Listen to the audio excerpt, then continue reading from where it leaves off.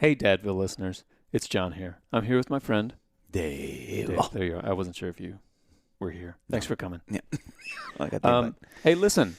We're doing another survey because we want to know you guys better. We want to know what makes you tick. Gosh. What makes you get up in the morning? What makes you listen to Dadville time and time again and send us money? Yes. Like so many of you guys are doing. Wait. No. Quick. People send you money? Yeah. Wait, they send like in envelopes? Uh-huh. Yeah, just cash. For us to split? It's always made out to just John. Those two words, just John. Anyway, we'll talk about that later. Or not. But there's a survey link in the show notes. Take a second, click on the survey, fill it out. We would be eternally grateful. And to say thank you, there's a little bit of a contest that we have going on. We're going to pick one lucky winner who's going to get some Dadville merch. That's right. You heard it right here. And also, you can send money to me, Dave Barnes. That's just keep sending it the way you're sending it. 2, 3. Dadville. Yeah. Hi, I'm Dave Barnes. And I'm John McLaughlin. And welcome to Dadville. Dadville is a podcast where we talk about life, love, and the pursuit of awesome dadding. It's funny thoughts and deep talks. So please, enjoy your time here in Dadville and enjoy this episode with Tom Douglas.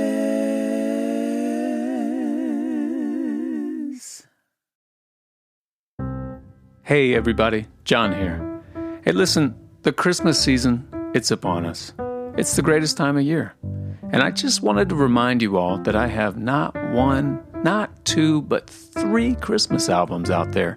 Should you be looking for some Christmas music in your life right now? No pressure, but they're always there for you. Just like Dadville. They're just there waiting on your phone. Merry Christmas to all, and to all, a good night.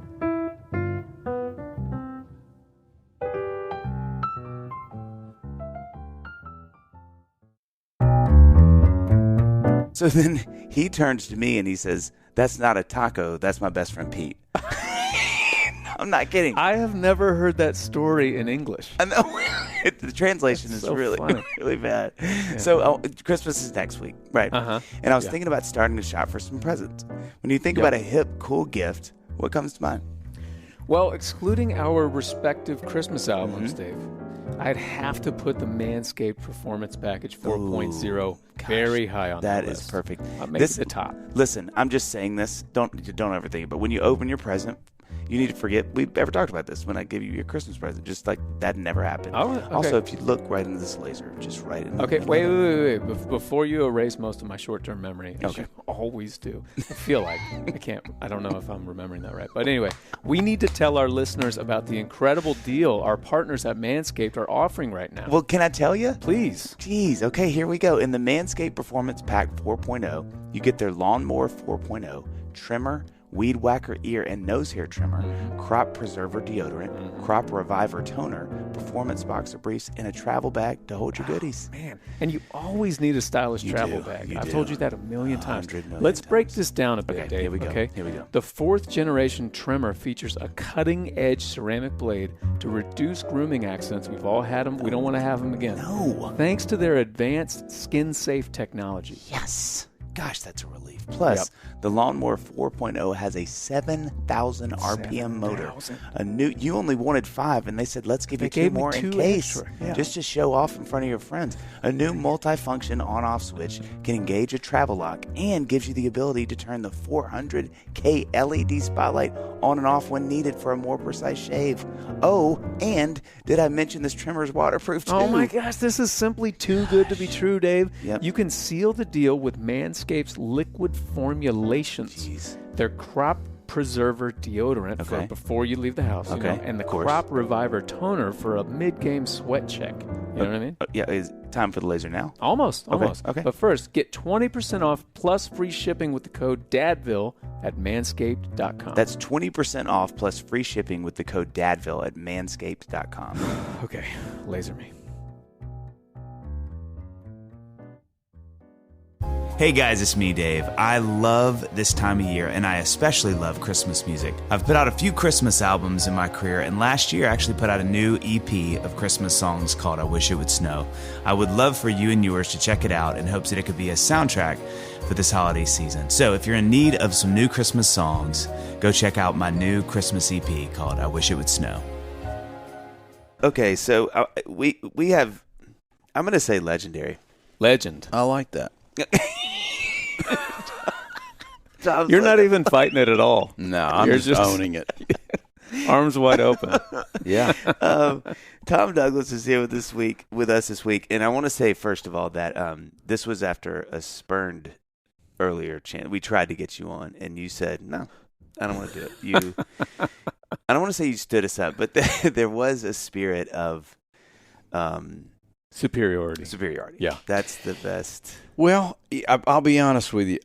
We made the appointment. I had it in my calendar. I looked at my calendar, and about 45 minutes beforehand, I just said, I don't feel like doing that. Yeah. And I don't even feel like letting them know. So I'm just not going to show up. You know what it was? It was your artist moment. It was you going, I don't want to go to this cover. I just don't want to do that. And quite frankly, I'm just not going to do it. I respect it. Oh my gosh. That was what, like, it's embarrassing how much joy I get from that happening to people. Yes. Like, I get it because I've done it, and I just feel so much like, I'm not alone. Yeah, like, we called you and we had you on speaker, and I remember you said, I can be in the car. Yeah, I can be there in 20 minutes. And I remember feeling like, I hate, this is totally fine for us, but I hate you on the other end. Like, you can't convey that it's totally fine. You know what I mean? Whenever that happens. Well, you were very gracious. You always feel bad. I always feel bad when I'm on that end of it. Although I've never done that to a friend, ever. Okay, so Tom, to start Dadville, we always read what we call the brag sheet, which is just your bio. Read mine first. Okay. What if we start doing our own and then the guests? Wow. Well, I've been here about an hour, and they've been talking, so that really wouldn't be anything that different. We're just starting to record right now, which is the warm-up felt really good. So this one is I'm going to warn you, it's a really impressive kind of longer one, but I couldn't edit anything out because it was too much stuff that mattered. So here we go. Okay.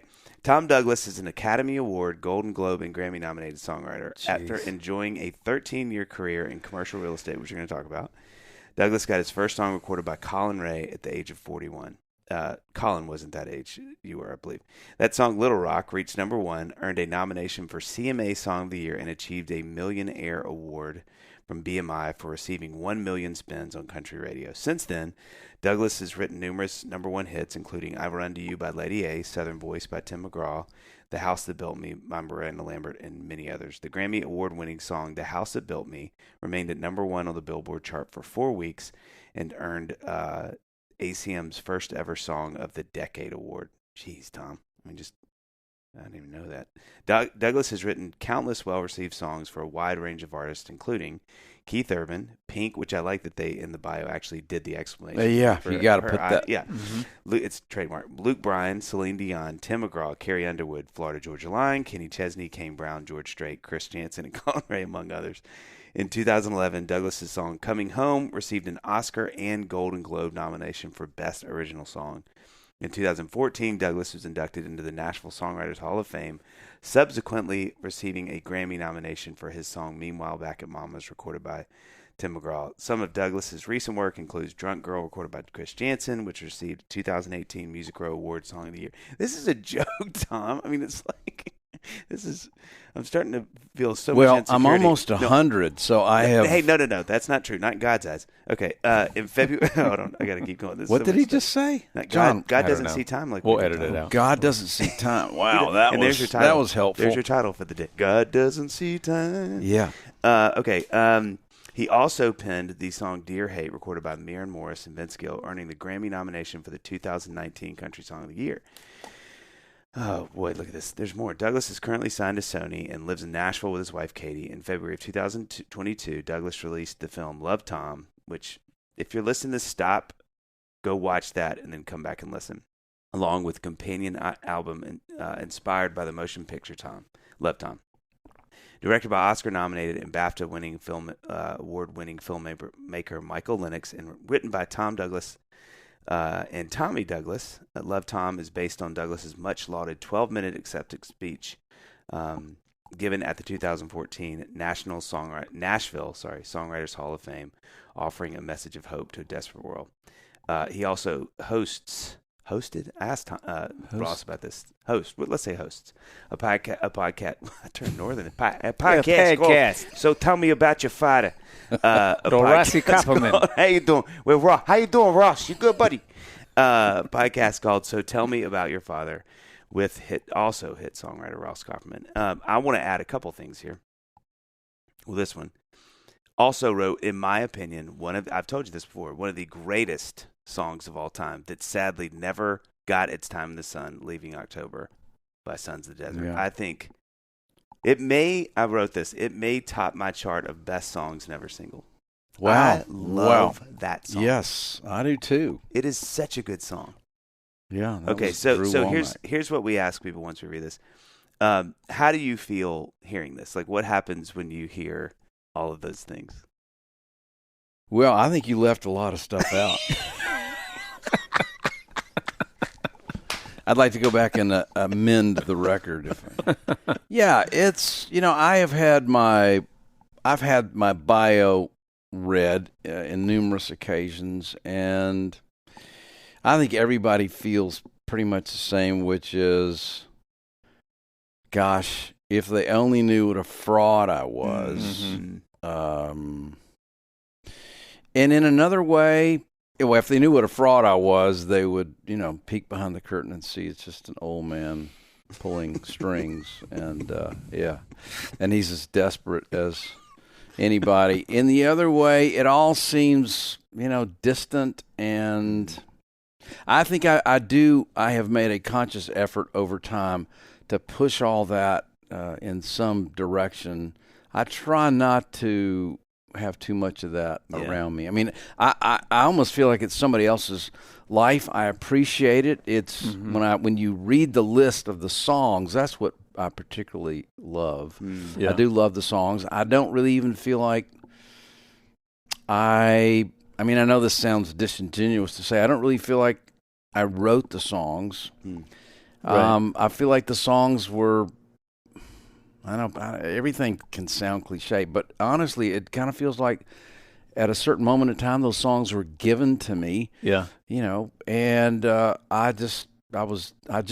really love those songs and can appreciate them. But I think it's a danger to live too much in the past. All that's the past. And so I am very conscious and cognizant of always being forward thinking, and today part of that's offensive, part of that's defensive, because I'm 6. I'll be 70 in January. So at my age, I really am very cognizant of the next thing. And at this point, my career is different than it was 10 years ago. At this point, I have, let's just say, 2 major songs that I have not written yet, that I am desperately trying to get my arms around. I can almost hear them, I can almost sing them, but I can't. And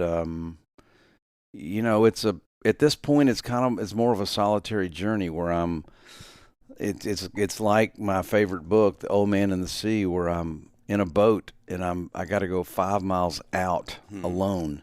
And there's a huge marlin, a monster, down lurking in the deep blue depths of the ocean, and I have to be patient and see if I can get him. That's one of the things that I admire you for a lot of reasons, but one of the things that I think is always so inspiring about you is that you still love to do it like you do. Because I think I've got that same fire, the love of songwriting, and just the feeling of the need to do it. Like there's well, I really wanted to talk to you about that, because Dave and I talk about songwriting, and before we started recording, we were talking about how Dave's kind of number one priority kind of is the writing, and I write I love writing when I've got the idea, but I really have a love-hate relationship with writing. I love performing, and so it's a little we're swapped in that way. So guys like the both of you who are such prolific, great writers, I'm always so curious about what your relationship is with writing, because I know mine is so tumultuous. And somebody like you who has had so much crazy success, and you say that you feel like, if only people knew the fraud. And I think that a lot of people feel that way, which is fascinating in its own right. But I'm curious, like, do you still have some of the same old tropes of like, whatever song you just wrote, you're like, well, that's the last one I'll ever write? Those kinds of things. That is a common perception. That's not one of mine. And it never has been? No. Honestly, I've never even thought about that. But now that you bring that up, maybe I'll just be haunted by that. Tom Douglas's farewell. You sit here for 30 minutes just dead quiet, staring into the wall and not blinking. Yeah, John. Never thought about that until now. I never worried about that until now. But so I don't know. I think I think you have to be very well. Number one, the artist that I think we all three love and that have stood the test of time, they've written 250 songs in their whole life. Isn't it true? Billy Joel had to make a record, and he just said, you know what? I got to write 10 songs. And so in 18 months, he just writes 10 amazing songs that become The Stranger. No B-sides. Yeah. Springsteen. Now, he's probably written more, but, Dylan's written 500 songs. I've written over 3,000 songs. I bet you've written, you write 100 songs a year. You write how many songs a year? 6, maybe. No, I don't know. 12, 15. I don't know. Part of that is we love that about you, and part of that is we want to slap you right now. But I think you just got to find out what your thing is. That is your thing. So why would you go against it? It's ingrained. It's in your DNA. To try to go against that and try to recalibrate at this point would be silly. It's like whatever you're doing is working. And, how your hierarchies of loves and passions work themselves out, you just go with it. So, there is no right or wrong answer, as we know. It's just you kind of do what you do. So one thing I wanted to ask, just to take one quick step back, I thought about this as we were sitting here, is how do you think, like hearing that bio, because your story is so unique this way, and it's so inspiring. Like I think of a lot of the people I know and respect in Nashville, your story is one of the ones that I think is a little archetypical to me, because it's just such a fascinating pivot. But like, let's say 36-year-old Tom got to read that. Like, the guy who wants to, you're feeling the shift in your soul, and you're in Texas and you're going, man, I just want to write songs. Like, how does he respond if you could time jump back to him for a minute and just go, read this, and then I got to leave? Like, and 36-year-old Tom is in Texas doing commercial real estate. Right. Well, I think he'd be pleased. I think he'd be pleased and shocked. And also, I think there's a part of him that wouldn't be that surprised. But, it really is, it's just all a matter of where you're looking. So, I did have that moment, epiphanal moment where I was, I talk about this in my film, but I'm in a shopping center. It's in August. It's 103 degrees. I have on a brown sharkskin suit and a yellow shirt and a brown tie. Now I don't know why I was wearing a yellow shirt, because I hate yellow, and I don't know why I was wearing a brown sharkskin suit. I can see exactly my costume that I had on, and it's 103. It's in Dallas, and you cold call shopping centers. So the irony, the paradox of cold calling at 103 degrees. See, there's the songwriter. Is apparent. It's always been there. My father, who was not well, was in my gray Honda Civic, I don't know, a football field away under a shady tree, and he was asleep. And I was starting at one end of the shopping center, and it kind of gave me something to do. I was good with the discipline of it, and I'd, walk in one store, and I'd look around, like a women's clothing store. May we help you? I said, well, actually, you have a lovely store. But I am with Cornerstone Real Estate, and I'm leasing the shopping center down the road. I just, if you have any real estate needs, if you're thinking about moving, I'd be delighted to help you. At the exact same time I'm having that conversation, I am furious, a rageaholic, in which I am looking up at God, shaking my fist at the heavens, saying, how can this be my life? I'm 39, incredibly blanking disappointed with everything that's gone on to this point. I mean, it was just like a moment of poison spilling out in the store. And it was like, the still small voice of God said, you're looking down instead of looking up. You're worshiping the creation instead of me, the creator. So the answer is pretty apparent. What are you going to do? I was like, oh, okay. So why were you doing what you were doing? Were you thinking, I just got to make money? Well, I mean, it's a number of factors. It's, I'd been in Nashville once before. Yeah, because you've done a stint here. It was miserable. It was when things are not working in Nashville. Yeah.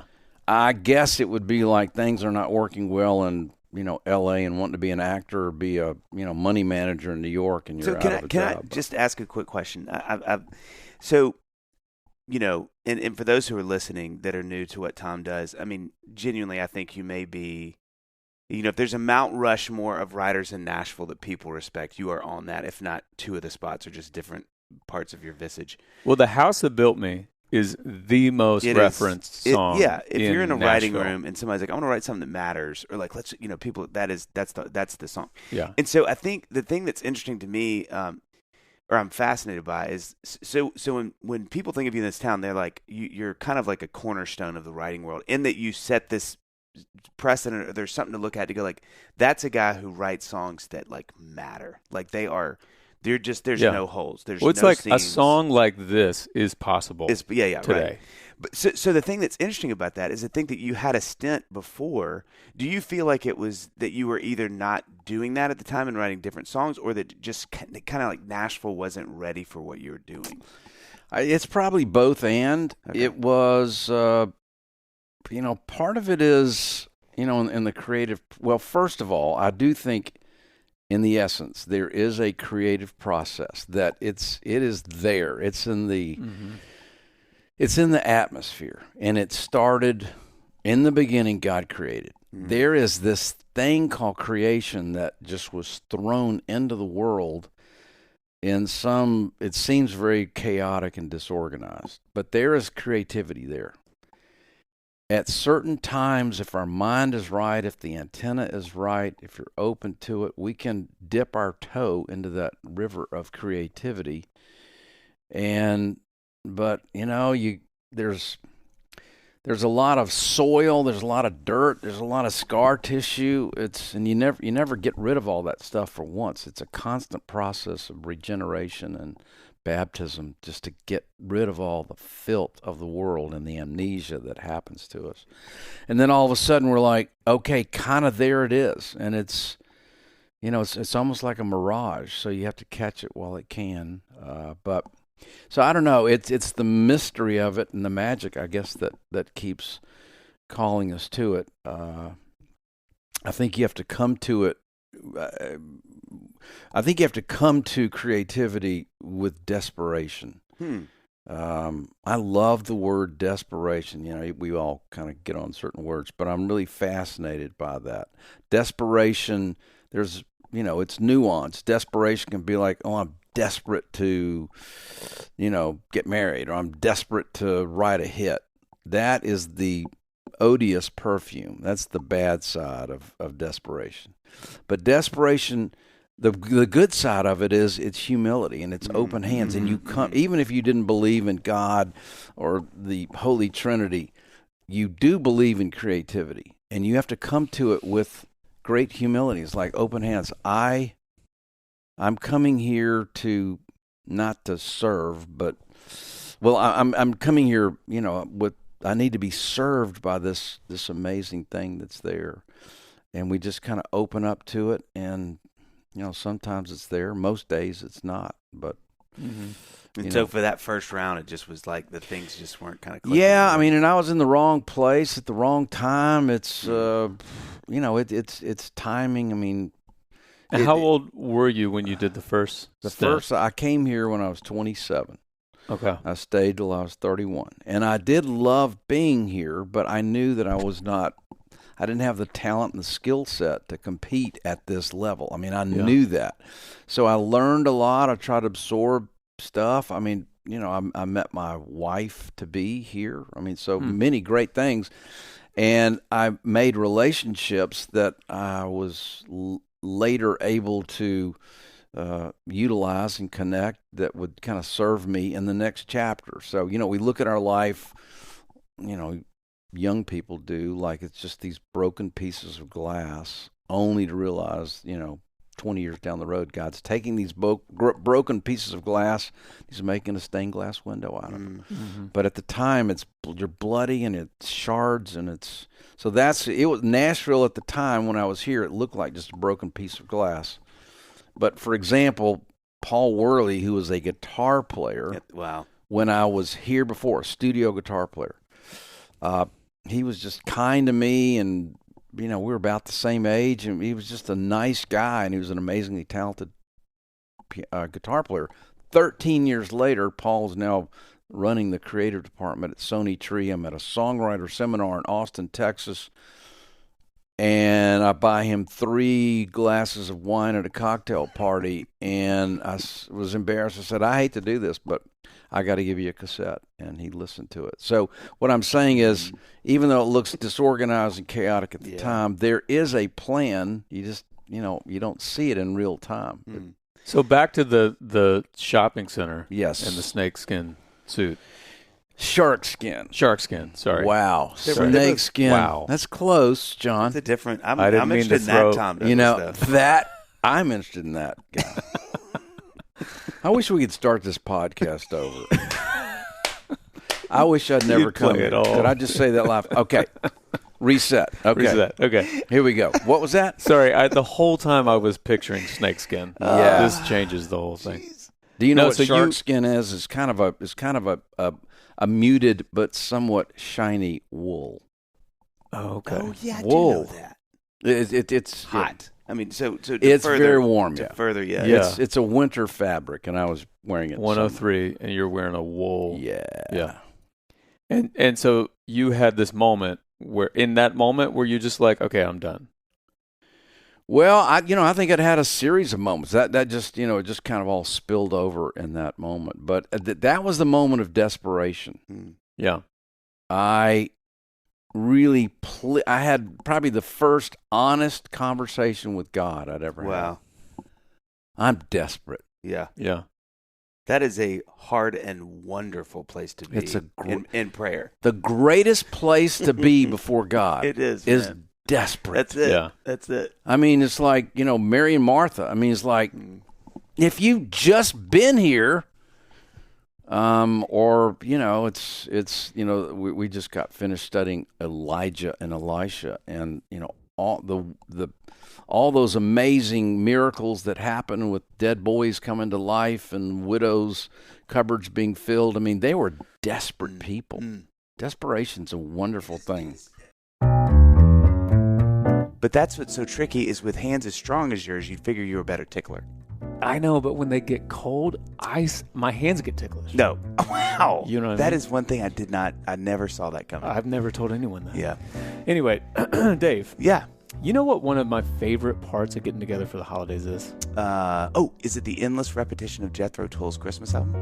Strangely, no. Oh, okay. But I think we found a new tradition. Yeah. Okay. It's hearing all the stories. Yep. The ones you love to hear, the ones that you've heard too many times, maybe a couple too many times. But have you ever wanted to help your loved ones document those timeless stories? It can be challenging to write an entire book of life memories, but today's sponsor, Storyworth, makes it fun and easy. This is how anyone can write a book about their life. If you wrote a book about your life, what would you call it? Probably Little Lies and Other Made-Up Stories. Zinger, stop. You've definitely thought about this before. Stop. Well, every week, Storyworth will email your loved one a single life-related question that you pick from their collections, like, quote, what's the bravest thing you've ever done, right? Yep. Or another one, I'm gonna stop doing the quotes. I'm just gonna say, Okay. tell me about the first time you realized Revolver was the best Beatles album. Just an example. Hot take alert. God, got steamy in here. All they have to do is reply with a story. Then, after a year, Storyworth compiles your loved one's stories, memories, and any photos into an exquisite hardcover book, creating a valued keepsake. Millions of stories have already been told with Storyworth because they make the process so simple. Get started with your loved one for the holidays, and before you know it, you'll both be cherishing those timeless memories for generations to come. Help your family share their story this holiday season with Storyworth. Go to storyworth.com/Dadville today and save $10 on your first purchase. That's STORYWORTH.com/Dadville to save $10 on your first purchase.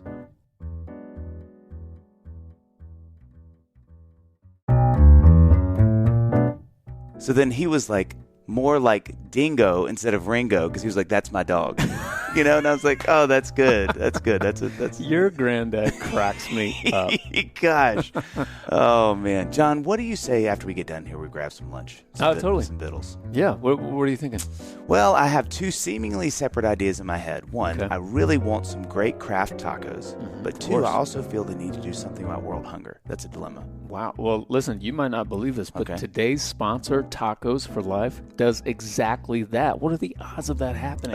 Easily 1 in 10. Easily. Let me Yeah. download their app and check out the menu. Okay, Ooh. look, while you're doing that, let me tell our listeners about T4L. It's Tacos for Okay, Life. okay. You see, they are a taco shop on a mission because every taco, bowl, quesadilla, salad, or nacho sold, 24 cents is donated, Wow. which equals a single meal for a child in need. When you eat at Tacos for Life, not only do you provide a meal to a hungry child, but you also get to enjoy really good tacos. This menu looks amazing, by the way. Look at this. Look. Wow, that Yeah. fried chicken taco looks Is amazing. that a thing? Put me down for 2 of those. What are you thinking? Ooh, I think I'm about it with this black and mahi taco. You see what I did there? The two and then I two see. there. I see. Okay, they're ordered. Okay. So look, whether you are someone looking to invest in a business that makes a good return while also making a difference in the world, or you're someone who wants to run a restaurant where you can be proud of the food you're serving while also doubling down on the impact you're making, Tacos for Life can help you. Visit tacosforlife.com/Dadville to learn more about opening your very own Tacos for Life and be a part of bringing forth a world where no child goes hungry. I think as I've gotten older, maybe one of the things that I have learned the most about spiritually is seeing especially how Jesus responds to desperate people in the New Testament. It is fascinating. And I would say if you go backward into the Old Testament, these people that we so idolize, these sort of like, studs in the Old Testament and the New, there's a consistency in the way that they talk to God that I think if we don't know, we think you can't do that. And God, oddly enough, is at his most available and focused in the moments where people are like, what?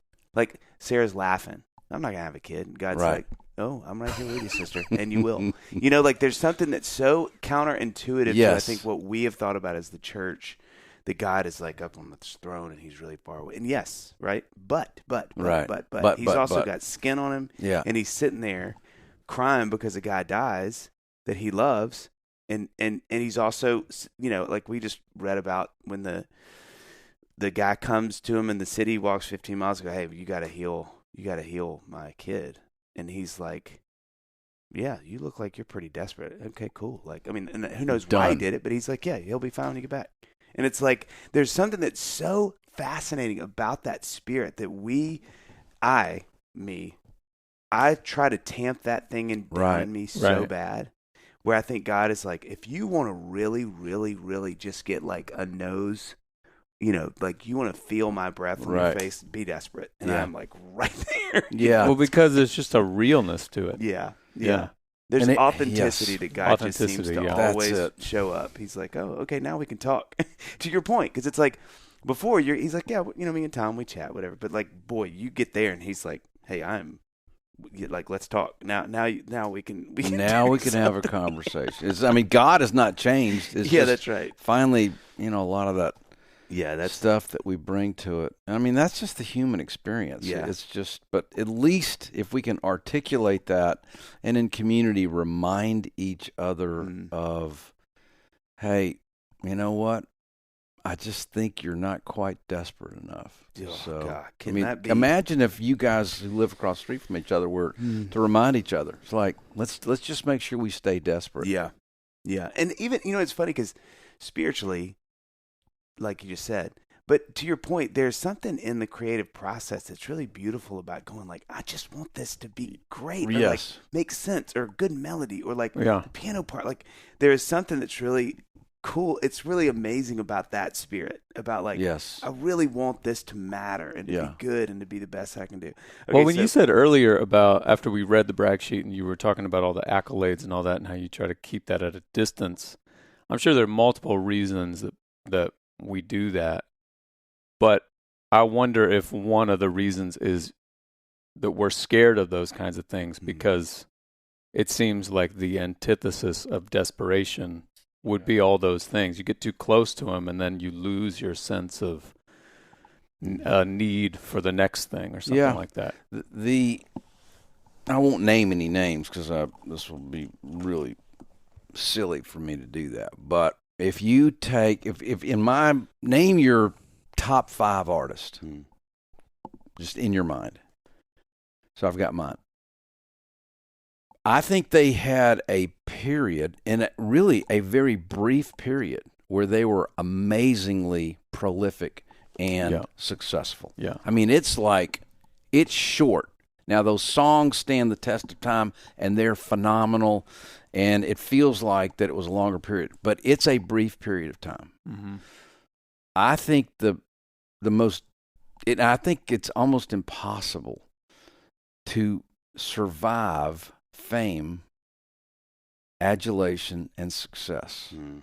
And the thing that got us all here and got those artists, the top 5 artists there, is hunger and desperation. And they lose that. You lose it. You can't.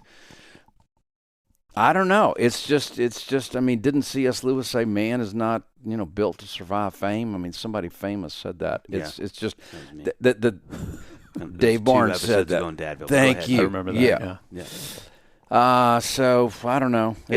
So what do you do? What have you done to sustain throughout these decades of your career? I don't know. It's, some, like I went to the BMI Awards last night and I just thought, with each successive 5-minute block, when they read the top 50 songs, I was like, my life has had no meaning. I don't know why I came. I really am so lonely right now. What have I done for the past year? Yeah. I can't even get a song. You go through this whole rabbit trail. Which the irony of it, I have to say, in that moment is what you don't know that's happening because you're looking this way. Is there is probably 50 writers in that room staring at the back of your head going, exactly. Tom freaking does. Exactly. There are 50 people behind you who didn't even hear what was just said because they're looking at you. Oh, Lord. That's so funny. But it's like the thing that Dave and I joke about all the time where like which I don't think that this is exclusive to the creative space, but like you get off stage, you play a show and you get off stage and someone's like, man, God, your piano playing is so good. And I say, thank you. But in my head, I'm like, oh, so my voice sounds terrible. And it's like, no. And they could be like, and your voice sounds really good. Oh, so the songs don't hold up. Right. Yeah. You know what I mean? Yeah. There's just, we're always going to be just drawn to the angle that puts us down.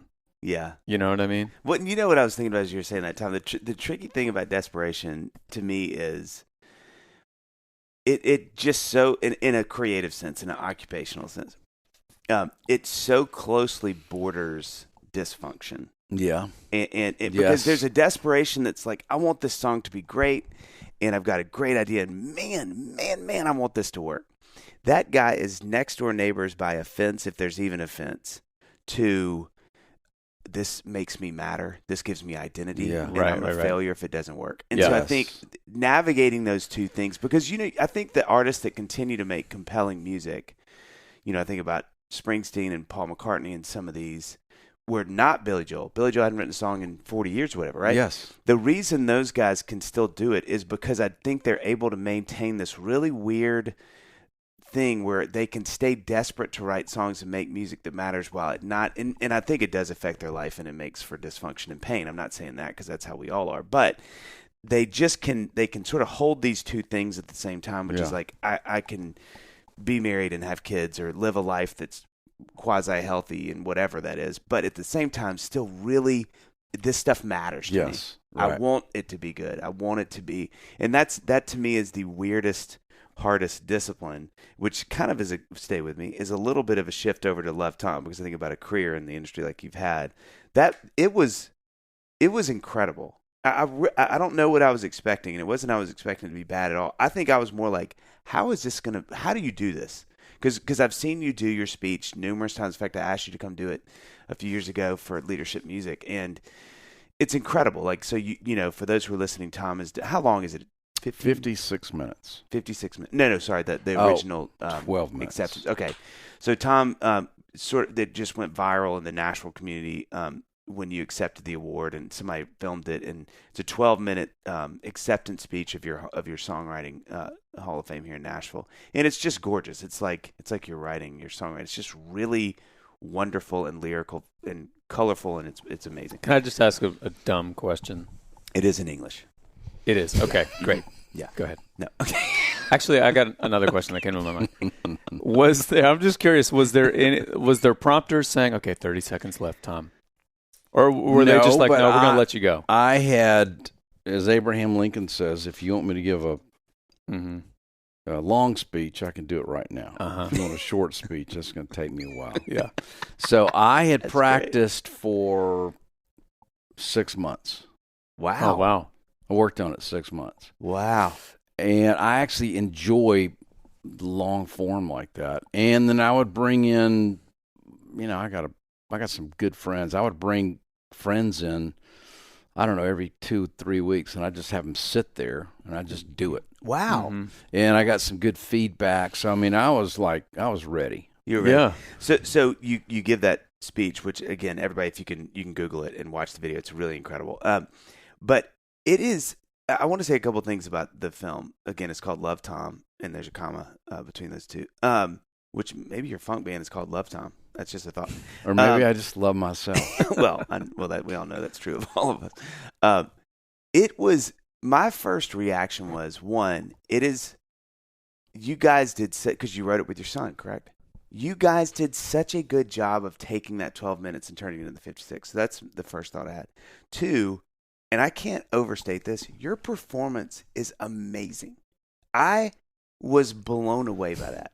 Like, I'm not kidding, because, you think about it. Like, if a buddy sat with you in a Right Tomorrow, right, and he goes, hey, I'm doing this kind of long form, sort of one-shot feeling. Because for those who are listening, it's beautiful, but the way that y'all shot it is you're talking to the camera, and the camera follows you over a night in Nashville. One of the coolest parts of the thing is when you talk about the Lady A tune, it starts snowing, which, you had to think, thank you, Jesus. Yes, exactly. It was amazing. You're down, in the middle on Broadway there in Nashville, downtown, and, you walk up to a piano. It's a beautiful shot. But the way it feels is really cool in the way y'all shot it, because you're talking to the camera, you're telling the story of your life. You walk into different places in Franklin, then Nashville, downtown, Music Row, the Ryman. It's really beautiful. But I was so amazed by your performance. Like, were you, a couple questions I have. Was it a teleprompter on the screen? No. You memorized all that, Tom? Well, yeah, but it was in segments. But still, that's one night. Did it take one night? It took About 7 nights. Okay, still, still, I mean, because the shots are probably average, what, like a minute? Yeah, right. It's maybe, I don't know, 3 minutes maybe. That is not easy to do. Yeah. It's just not easy to do. Well, it now looking back, but, the strange thing is that you really don't know what you can do until you're presented with it. Well said. Well said. So there's probably a lot of things that we all can do that we just are not aware of because we're not risking enough. Yeah. Wow. And we're not willing to have spectacular failures enough. And I want to go back just to recap, just for a second. We'll get back to Love Tom, and I'm so pleased and honored that it did mean something to you. But because I'm trying to figure this out kind of in real time, this concept of desperation. I think what we're saying is that you have to be desperate to a cause greater than yourself. That's really, when you look at Springsteen does have there's a real defined narrative to his life and to his art. And he's desperate to, the political causes and injustice and, you name it. I mean, he really is sold out to causes. The other artists that have, I think, not fared well, it was kind of all about them. And so there's really, at that point, you're just desperate to be successful again, or you're desperate to impress people. That is the wrong kind of desperation. Desperation is, I serve a cause greater than myself, whether it be God, faith, mankind, songwriters. If you attach your desperation to a noble cause, that to me is the magic ingredient. Wow. It can't be about self-fulfillment and self-adulation. That is a star that is collapsing on itself and will die quickly. Jeez, why are you looking at me like that when you say that? Are you listening to me? Are you listening to me? I mean, candidly and very honestly and vulnerably. John, are you You tracking over there? No, but that's the first time I've been able to actually say it. That made sense. I've said it so many times over the past months, like, that's not quite it. That team, that did make sense to me. But So tell me this, to the 44-year-old guy that's sitting in this chair looking at you. This is a dilemma for me because there is a desperation for the song to be good and for it to be something people like. So how do you do another 20 years doing what I'm doing, what John's doing? Because I am desperate to write songs. I mean, I really love doing it. I want them to be great and for them to, to matter and for them to make sense and all the things. But how do I do that? How does it not become this self-toil? Well, you can't make a goal over which you have no control. We just end the podcast there? And we do that all the time. I've done that for decades, and that is a good fool's errand. Yeah. So I want to write a song that people love and that's a hit. That sounds good, but you have no control over that. Yeah.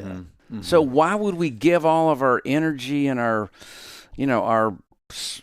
life over to something over which we can control? The only thing you can control is create something that it first has to be meaningful to you guys or anybody listening, and then you share it.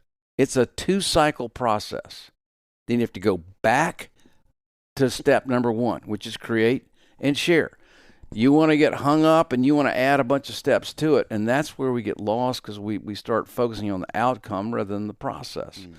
So, I mean, I think in everybody's life, I don't know you guys, but I know you guys. I mean, your faith, your family men, you're creative, but I mean, there are causes to which you are associated and that you love. Those have to be more important than your success.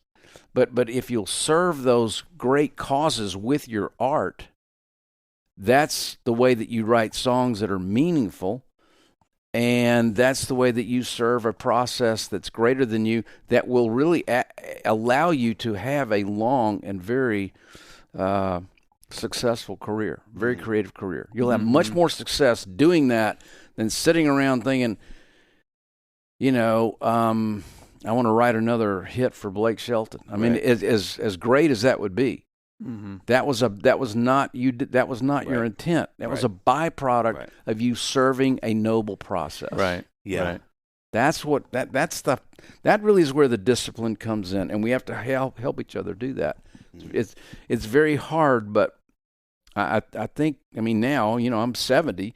I mean, I'm looking at you 44. I'm telling you, man, it's kind of like, I mean, you're in the NFL, so you've made the team, but now to really be able to stay in the NFL, it's those micro changes that really are going to allow you to have a successful career. It's not big changes. Yeah. It's very kind of minute, turnings and shifts. Yeah. And then he tries to tell me that's what happens when you put a guitar in the dryer. Oh my God! This is your accountant? Yes. To my face, a mandolin. I was like, no, that's not. Oh my gosh, man! I know. Dave, listen, it's almost Christmas, and that means, say it with me. Okay. 1, 2, 3. Kringle Christmas overdose. Coffee. Oh. Okay. You know how I feel about the K word, the Kringle. Okay, but I just got some Methodical Coffee Christmas blend, and it's incredible. Here, I magically just made a cup without your knowledge. Oh, wow. Taste it. Oh, that makes me feel like I'm hanging out at the North Pole surrounded by elves, but in a non-violent way. Like, they're fun. Of course. I'm not scared of these elves. Okay. You know what I mean? Well, they can fight back when they get a little caffeine in there. Oh, so it's fine. Listen, noted. This new variation is called Christmas Vacation, and it blends Costa Rica, La Pastora, and Ethiopia Guji into a bright and complex roast. Okay, let me see. I'm getting hints of chocolate. Chocolate, right? Cherries and chuckberry. No, just berries. Sorry, the last little hint your was just palate berries. Is undeniable, Dave. And I should know, as an elite coffee influencer. True. Pause for applause. Oh, sorry. Thank you. Okay. Yeah. Along with Santa, this coffee will only be around until the end of the year. Not dead. Santa's, no, I just no, want to no, clarify. No, just kids. No, come back. Yeah, that's his job is done for a while. Right. We should also recommend our signature Dadville blend, which is 100% guaranteed to make you a better parent. That's right. Not sure we can say that legally, Okay. but it's all right. In our last episode of the year, it's fine. Legal will be fine with it. YOLO. Okay. How do our listeners get their hands on these magical elixirs, John? Would you tell them? I'm glad you asked. Okay. All they got to do is visit www.methodicalcoffee.com for more information and use the discount code DADVILLE for 10% off your first order. That's methodicalcoffee.com and use the code DADVILLE for 10% off your first order. And Merry Christmas, you filthy animals. So, okay. One of the things John and I were so excited about having you on is I feel like so much of you talk about this in Love Tom about your dad and your relationship. You also talk about just kind of what that was like. Obviously, you are a dad. Are you a granddad? I am. You're a granddad. So yes. So that's another thing. One of the things that I'd love to kind of hear you speak on, and you had this podcast, that talks about dads. Yeah. Why is that something you think about so much, that you talk and write and all the things? Well, I do believe this. I believe this, theologically, that it's a patriarchal system. It's not a matriarchal system. I mean, the faith journey and the tribe that I belong to, that's what we believe. We believe that it's God the Father. Obviously, mothers are, I'm not diminishing the roles of mothers, but it's very different roles. So, it's just, as the father goes, I think so goes a family, so goes a city, so goes whatever. It's just that's. I just think you look at situations where things tend to fall apart. A lot of times, the father is absent, or there's divorce, or you look at certain segments of our society and the culture, and it's fatherlessness is is kind of epidemic in our culture. So I remember sitting with Al Andrews. I mean, this is I was about to get married, and I said, "Okay, what kind of wisdom do you have for me? Like about to become a husband?" And he said, Dave. He said, just for a round number, let's say I see 100 couples a year that are having a hard time. He said, 98% of the time, so 98 of those 100. He said, every time when I do that, I meet with the man first. I want to meet with the guy, and then I'll meet with the wife. He said 98 of the 100 times I only need to meet with the guy for things to get corrected. Wow. And he said, and what that and to your point, and I think to be clear to people listening, because I agree with you, but I think people can hear that and go, oh, so it's about men, it's about messing up, but that's not the way to read that. The way to read it is, we really are the problem. Like, it's not so much that the patriarchal way I think God has made the world, because He is God the Father and the Son, and it's not so much to say it's a man's world. It's to say we're supposed to be the lead servants. We're supposed to be the lead sacrificers. We're the lead prayers. We're the lead humiliators of ourselves. Mm-hmm. And I think when that goes right, so goes the family. So goes the marriage. So goes the father to the sons and daughters and his kids. And I remember that being a life changer for me, a piece of advice, because I was like, because what he was telling me is, Dave, when you're mad at Annie, you need to apologize first and ask what's wrong. And I'm telling you, for those first 5 years of my marriage, when I was really disciplined about this, I'd see that Annie was frustrated, or she's angry, or she's being like a little snippy. And I had a discipline of going, hey, babe, tell me what I did wrong. And 99 times out of 100, she'd go, you were just really rude to me this morning. And I was like, oh, again, my fault. Right. Or she'd go, you remember yesterday, you just kind of, and I'd be like, isn't this fascinating? Yeah. And I think what I thought about is, like, I think men are the weather and women are sort of the weather vane. And so while women can originate problems, we're all sinners. There's just not a propensity for that, like I believe there is in a man. Yeah. Like, I think women are responders, and so they will take and perpetuate. But I think it's a really rare time that women are going to bring just self-initiated mass amounts of problems. Right. They're going to respond. And so I think, to your point, and that's what I think I'm so passionate about on this podcast, as a man, is saying, look, we have to really square up with our responsibilities and what we bring, as you said, to families and our marriages and our relationships and even our parents, and these things that we can, as men and as dads, really. And so I think one of the things that I'm really interested about your podcast is that sort of the impetus for doing that podcast, and being called what it is. Well, we're not doing the podcast anymore. It was kind of short-lived. But I think the premise was that if you tell me about your father, I can tell you everything about yourself. Yes. Yeah. Tell me about your relationship with your father. Yeah. So I know that's like, yeah, sure. And I've had a lot of people push back on that. And I get it. But I don't know. You have to have kind of a provocative premise for a podcast. Ours is very. You are. But I do think that's true. So, I think the chips kind of have to fall where they may on that. But. And what about your relationship with your dad? Well, I had a kind of well-documented, my father was amazing. Mm-hmm.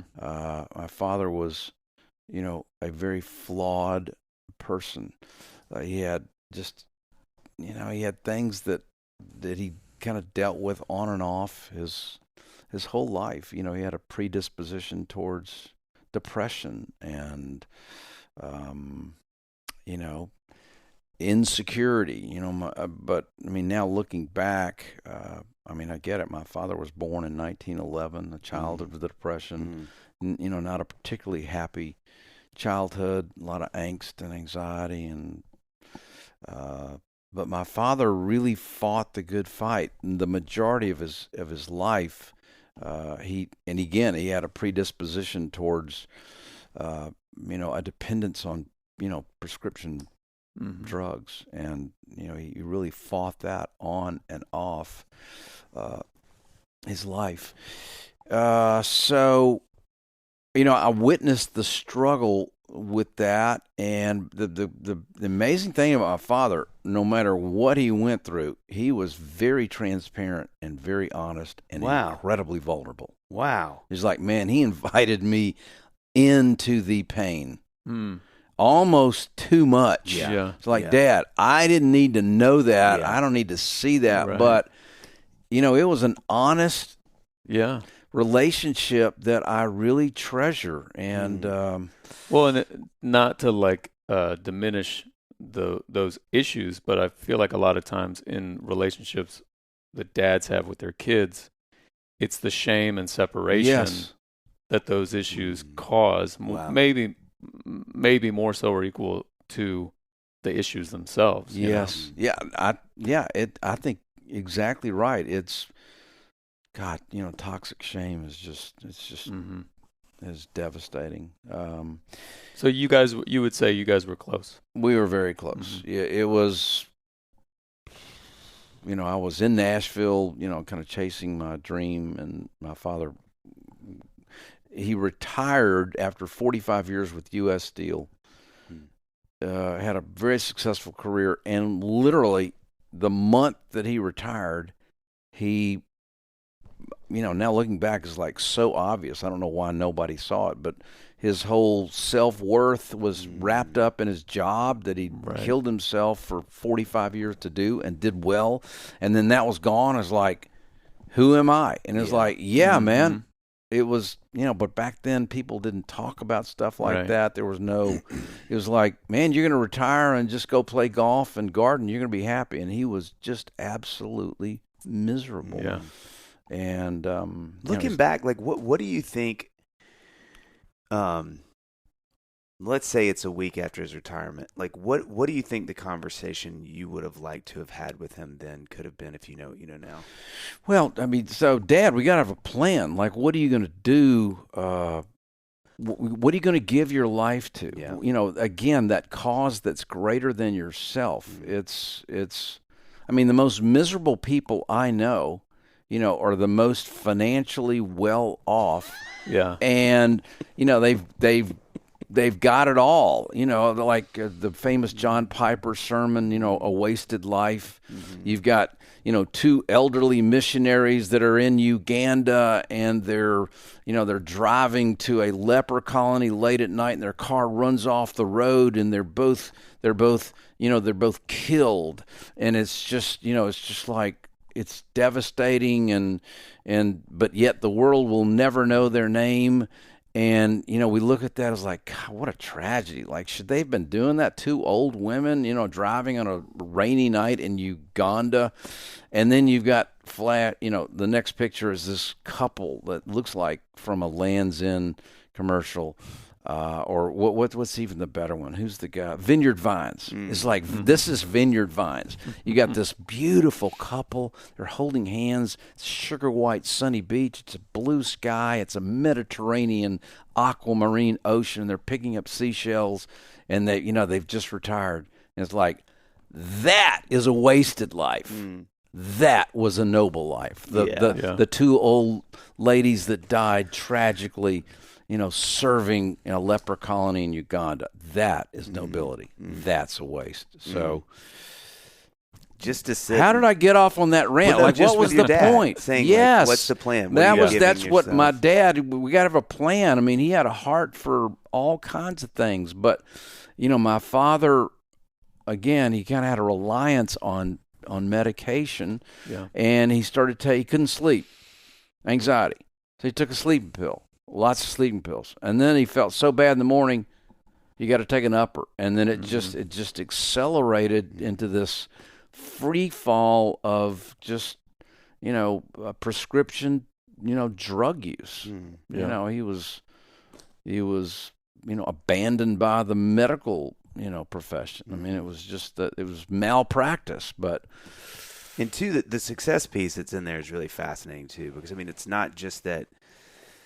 I mean, some of that narrative is sadly that he did well. So that's sort of why you get jettisoned out to be, go do your thing and live your life. Because you've won, man, and you high five. Yes. Like, thanks for winning. Like, those people almost have it worse because they're just assumed to you're fine. You figured it out, man. Yeah. Well, probably, I'm guessing the toughest part is like you've been working toward this thing that you've got. Like on the outside looking in, like you've done it, and then there's this expectation that you should feel a certain way. Yes. I kind of like, for some reason in my mind right now, the example that's coming to me is when our oldest daughter was born. I remember being in that moment, and like they like take her and they lay her down on the little table and they clean her up, and in that moment I'm like, am I feeling the thing that I'm supposed to feel right now? Exactly. You know what I mean? Yes. And this would be like after a lifetime, 45 years working for U.S. Steel, and then you're like, okay, I won, I guess. You know, is this all there is? Yeah. I've got to find this quote. There is some quote that Tom Brady, after one of his Super Bowls, was interviewed by somebody, and it was a rare, candid moment. And they, Tom, God, how do you feel? At this point, you'd won 5 Super Bowls. And he was like,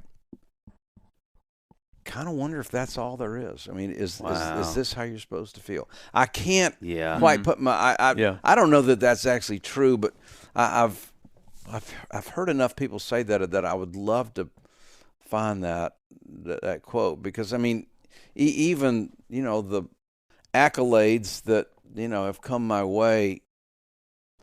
Yeah, I mean it is great, and I'm honored to have been a part of those, but it's not enough. It's just not. There is an inherent thing to the human experience. I've thought about this so much in the last few years of my life. There's an inherent it's like the thing they left in the Death Star. They left it so you could shoot the missile. It's got an inherent weakness in it built in, right? Interesting. I feel like to the human soul that is, we drink the Kool-Aid on like, there's a way for me to feel about myself that will feel that thing. Yes. Like the 5th Super Bowl. I'm going to go to bed tonight and finally be like, I have ticked that box. Yes. But I think because of the way that we're made, we can't ever get there. And so to your point, I think that's why these things that have to be bigger than us, especially faith and God and his plan for our life, that really in service, that actually you go to bed feeling like those nuns go to bed that night. Yeah. And they're like, God, I'm tired. I'm going to sleep well. Yes. Because it is not about me doing the thing that makes me feel fulfilled. And so the irony and the great sleight of hand of our experience as humans is that God's like, yeah, that's just have fun with that. Like, that's a treadmill. That's the definition of a treadmill. You just run and go nowhere. But it's like when it makes it about something other than us, we actually begin to feel that weird thing of like, do I feel actually genuinely happy? Right. It's counterintuitive. It's so counterintuitive to our experience. And so I think the thing that's so affirming, though, that as you're talking about, Tom, with your life and your career, is there is a sweet spot of doing a vocation that you love to do. That you actually can feel some sense of fulfillment when it's appropriated and attached to a thing that's bigger than you getting a thing from it. Right. But it's really hard to do. It's very hard, and there's going to be lots and lots of failure. And I think I wish we could almost redefine the word failure, but I think you just got to own it. That it's going to be a lot of trial and error, and they're going to be mainly misses. I mean, I've written 3,000 songs at least, and probably maybe this is even being generous. I've got 20 that have had real traction, but almost every one of those songs, the intent behind the song was I like Little Rock is about my father. It's autobiographical. No, it's biographical. It's about my father. And it's just about starting over again, drawing a line in the sand. I'm not going back to that guy again. That's what it was about. And the intent of that carries you through and carries the art through so that it can then be very meaningful to other people. And usually those ideas are very small. They're microscopic and they're laden with details. And if you're willing to do it and fail a lot at it, one of them, maybe 3 a year, are going to have real traction and be very fulfilling, and it's going to help a lot of people. Well, this is what I was trying to communicate earlier. I think that's intrinsic to our experience team is, I was talking to a friend of mine not long ago about this, like, one of the things that's so weird about us is we can never, I really believe this, we can never actually fully enjoy what we create, because I think this is what I was trying to say. Built into us is this understanding that it's you that made it, so you can never quite see past the you in it. Like I've sort of grieved. I'm like, I wonder if Paul McCartney can ever really like Yesterday like I do. And I don't think he can, because he made it. Yes. Because it's from him. He's always seeing him to some degree of it. It's a little corrupted. It's a little corrupted because of his corruption in it, because of the thing that's in him. And so I think the thing that is so interesting about being a human, and I don't think this is just to writing songs. I think it's just that we always see our lives and the product of our lives as us. And so you sit there at an award show, and I and John or whatever we're each doing that is somebody celebrating, or you're up there on the stage and you see other people, you're still going like, God, this is just not, there could be 1,000 people here. It could have been a 3-week number one. I should have had 2 more hits. We just can't get past the end of ourselves, which is why God is so kind. And I think, to your point, the best we can do is to see these things as offerings that don't define who we are. Yeah. And then you can actually sort of look at it and go, like, this is pretty great. Like, that was a good song. Like when it's not an end to itself, and it's a offering of a thing that has God in it, it starts to get a little redeemed. And then you go like, I can actually listen to this song and sort of enjoy it, and it not be like, well, the next one's really going to be the thing that makes me who I am. Right. And so I think it's an interesting Sisyphus thing, or like, Solomon sort of shot calling this, years ago, of going like, hey, I've done it. Tell me the thing you want to do. It's going to be, I've done it. Right. I'm the richest guy that's ever lived. Yeah. The wisest guy that's ever lived. Those things just didn't, but yet still I'm like, but my version of your thing is going to roll. It's going to really do it for me. And so I think, like, that's what I love about who you are, still going, no, but it doesn't mean I don't write songs anymore. It means that it's got to be a different way of doing it. It's got to have a different end. It's got to mean something different. It's no longer this is my chance to redeem myself. Right. And it's really just got to be your love of the process. Yeah. Well, of whatever it is. I think finding God in that thing, like you are communing with God and creating something, and that's its own reward. Well, and that's the gift from God, is the process of this thing. I don't think that the gifts, there's no like the Academy Award. That's not the gift. Yeah. The gift, like the mark of a successful career, is that you are still desperate to write songs. I mean, that is the win. Yeah. Right. I think all the lessons would still be true if none of those accolades were a part of your career. I mean, this happened to me actually literally this morning. I've got a song I started, and I literally was having so much fun playing this guitar part that I stopped and was like, Jesus, this is awesome. Like, wow. Like that moment, is a beautiful moment. That's the reward. That if a that's lyric phenomenal. Never comes, but that is the moment I'm like, God's like, this is this is it. This. Like, and again, to bring it down to songwriting, like when I hear you say that, I'm like, I know that feeling, and I love it. And I've got a little thing in the back of my backyard, a little writer's room, and I know on any given day, I got to go out there and try. But the odds are 20 and 3,000 that I'm not going to feel that way. And a lot of times, I'm shooting all over the place right here, but like as you're talking, a lot of the theme that I'm walking away with is like those who are not constrained by a fear of failure. Right. That is a real gift. And I do believe, to touch on what you were saying earlier about, you tell me about your father, I'll tell you who you are. I do think that's a thing that our moms and dads, and maybe especially our dads just as men, hand down to us.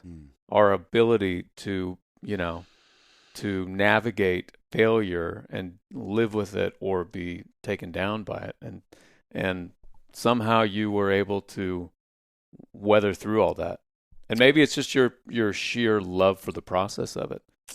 Well, I mean, I think I was desperate to try to articulate something to make sense of things that made no sense, and I was trying to figure out a way to, find redemption and heartache. And I mean, we know that only through pain is beauty revealed.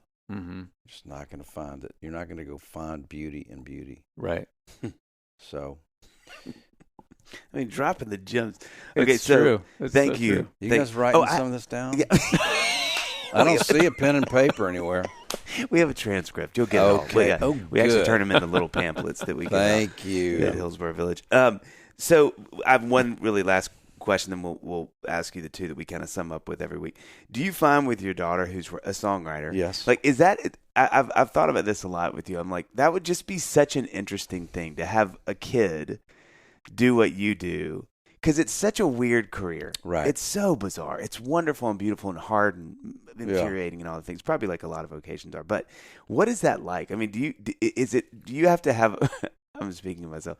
I would have to have so much discipline to not just want to dump a million things onto that child and be like, let me tell you everything. But also, they play the song, and I mean, you're, yeah, okay, like, close. What is it like having a kid that does that?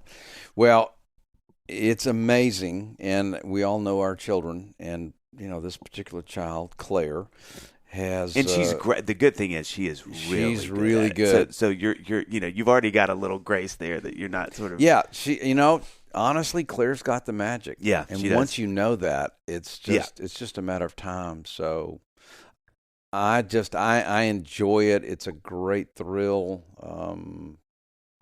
and I really believe Claire will achieve amazing things in her creative life. So it's and I, in that I'm Claire's father. I'm not her we do co-write. I'm not the publisher. I'm not the critic. I'm the fan, and I'm the father. That's a much easier place to be. At the ages of your children, you have to be a little more hands-on and critiquing and, trying to fine-tune things. But at this point, it's like, hey, man, you're amazing. It's incredible. I mean, what is it like writing with her? I mean, are you just... Honestly, she's one of the... She will suffer no fools in a co-write. She'll be like, no, that's not... No, I don't I would think the trick would be coming the other way. Like if I'm co-writing with my daughter, Livy, and she's like, what about... the book then fell, and we all ran home. And I'd be like, that's the greatest line I've ever heard. Yes, well... It doesn't even rhyme, and I love it. I know it. There's that. There's a good side and a bad side. That would be the... But the good side is great. I'm so proud of her and her new husband. And, I mean, they're both songwriters. So it's pretty crazy. But they're both so ridiculously talented that... I mean, they play me demos. I'm like, you could have called me. I could have been in on that song. It's like, oh God, that's so good. That would be, that'd be there's so many things intrinsic to that relationship that are hysterical to me. And also would be, like, I think about my son who plays soccer, and I love soccer. And it's like he had a game last night. And there's just so many things you experience because I have all these insanely critical things going on. Like, you're too, be here, don't be there, or like, come on, hustle, or like, get rid of the ball, or get the ball. Yes. And it's just all this dark, really weird things that are happening. Right. And at the same time, then he scored, and I'm like, oh my, penalty kick. I'm like, just couldn't. I mean, I'm like immediately crying. Yes. Just like, but it's like I can't imagine. Though if they came to me and were songwriters, like if I feel that way, and I didn't even play soccer growing up, imagine they're sitting there playing for you, like all the things where it's like you're elated, but you're also like, I can't imagine. But you said it so well, and I think it's a reminder to me. And ultimately, I turned to one of my best friends last night, Isaac, who's been on the podcast, and I was like, he's like, what are you thinking right now? I was like, I got so many things I want to walk over at halftime, and he literally looked at me, he's like, but we're not going to do that. We're not going to do that. Right. But you said it so well. The ultimate thing that we're always doing is really just being a fan and an encouragement in those moments where she sits with you and goes like, hey, I really do need you to tell, like, what's happening in this song? And you go, okay, I do have a couple thoughts. Yeah. And you're asking me to tell you. Yes. And I'll sort of let you in on that. But, I mean, it's hard because the inertia is always, for me, one direction. It is to go like, let me tell you all my wisdom I'm about to dispense upon you. You know, that's got to be a really, really interesting dance, you know. Okay, so we have two questions we always end with. I'll ask you the first one. Just your social security number, and if you have a credit card, just the first part of that. No, the first one is, what is the one thing that you want your kids to know?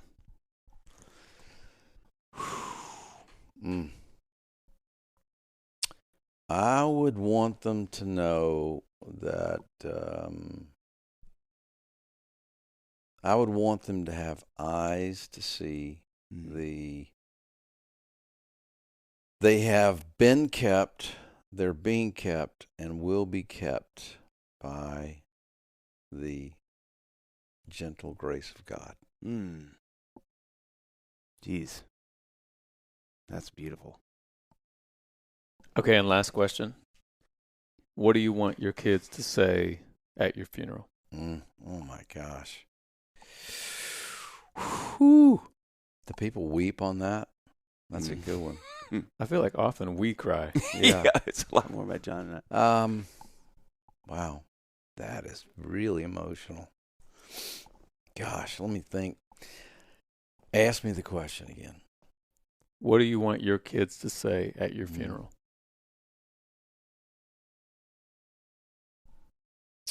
My father loved me. Well. That's good. That's it. That is man, John, the laser shot at the end. Wow, it's the final. God, shot. No kidding. That's awesome. Tom, thank you so this has been much. great. Thank you. Time. Gosh, guys, it was awesome.